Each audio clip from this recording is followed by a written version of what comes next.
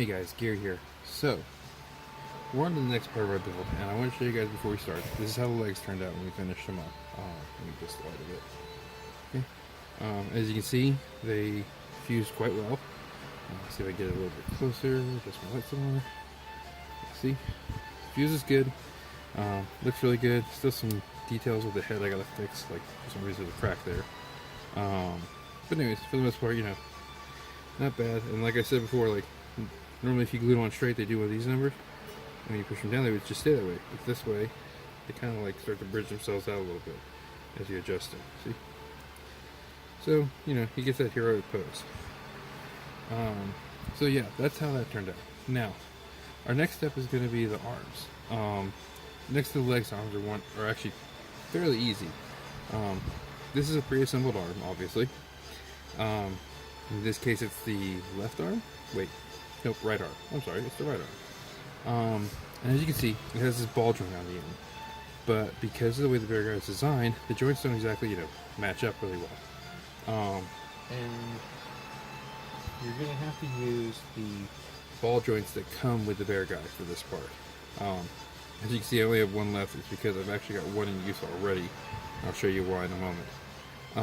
In order to get them to fit, you actually have to sand them down. Now, the best way I've found to do this is take a sanding stick.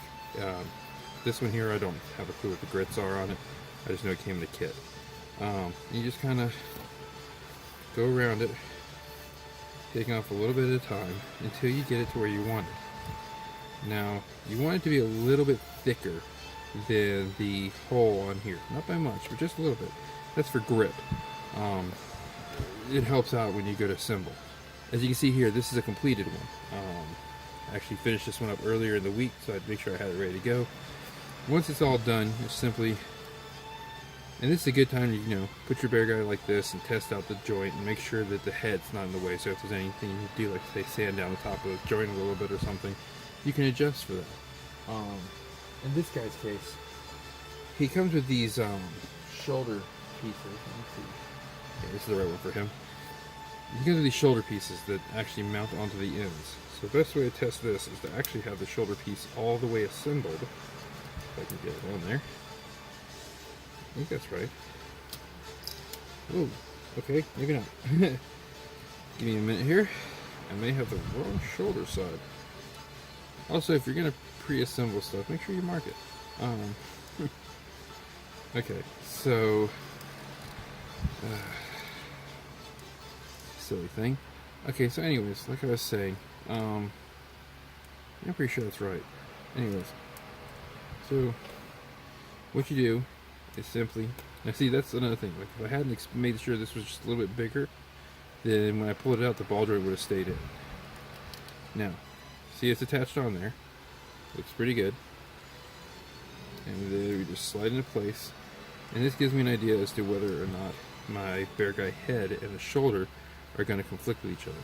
Sometimes if they are, what you have to do is you have to come in here and raise this nub up a bit and put something underneath it, like say a piece of rubber that you glue in there or something to keep the head up higher.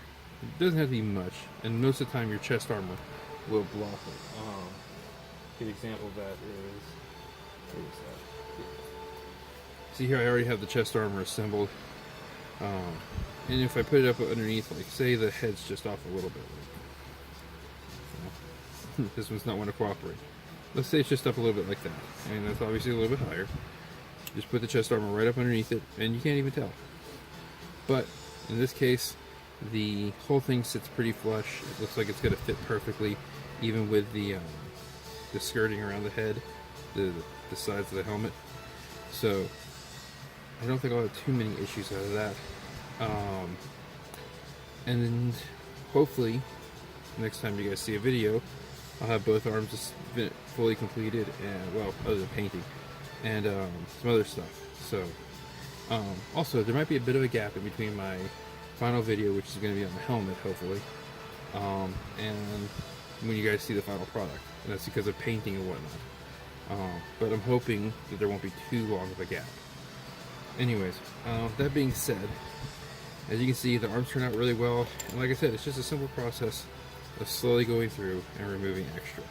Now, something else I should mention, don't worry about making it look all pretty and smoothing it out with the other side of the stick or whatever.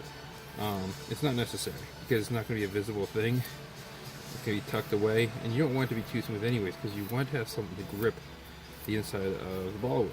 Now, let me take that out of there because it's going to get in the way. But yeah, it's like I said, it's not hard. As you can see, I changed up my hand positions a little bit, but really the best way to do it that I found is to kind of like that. It gives it a more natural curve. That being said, if I can ever get this right, as you can see, yeah, so it doesn't take much. It's already starting to form up a little bit. Okay, you can actually check it by doing this. It's not quite ready yet, but it will be soon. But that being said, that is how you do the shoulder and arm assemblies into the bear guy. Also, something to mention on the older kits, for example, like this guy here. Don't mind that. Like this guy here. They used an old peg system where the peg came out of it. Now, because of this peg coming out and there being a hole there, obviously this method will not work. The easiest way that I have found to get around that, if you guys give me just a second to grab him, because I forgot to grab him before I started this process. This was one of the first kits I did, my bear gazer. The best way I found to get around that is a real simple process where you take a piece of runner and run it into the joint and have it coming out just enough to put a ball joint on the end of it. You can actually have it a little bit longer because there is room inside the shoulder for it to take up should the need be there. Wow, this guy's really stuck good. I'll have to fix that later. But as you can see, once put together, it does form a seamless arm joint. And that is the easiest way to do the older shoulders. There are other ways that you can probably do it, but that was the quickest way I found. And most of the time, between either the Bear Guy kit or the SD kit, you're going to find a piece of runner that is just the right size to go into the both spots. And actually, it's somewhat easier, but make sure you coat the ball joint with just a little bit of nail polish on the stick part before you stick it in the joint. That way, you know, some texture, something to grab onto. But yeah, that's the easiest way to get around that issue. But when it's done, once you get the shoulders done, I mean, obviously, you know, even with that old method, it looks pretty good. Like I said, this guy here, he was one of my first builds. He's still one of my favorites. He's the one that started it all. In fact, I can see some of my old mistakes I used to make on every Gundam, just about. But yeah, so whether you're doing it with the new style like this guy or the old style like this guy, it's generally easy enough to do. To be honest, it took me longer to get this one right than it did this one. So don't be afraid, no matter what kit you're looking at, a really old kit or a really new kit, to give the shoulders a shot. That being said, hope to see you guys next week with another, hopefully somewhat informative and good video. Bye.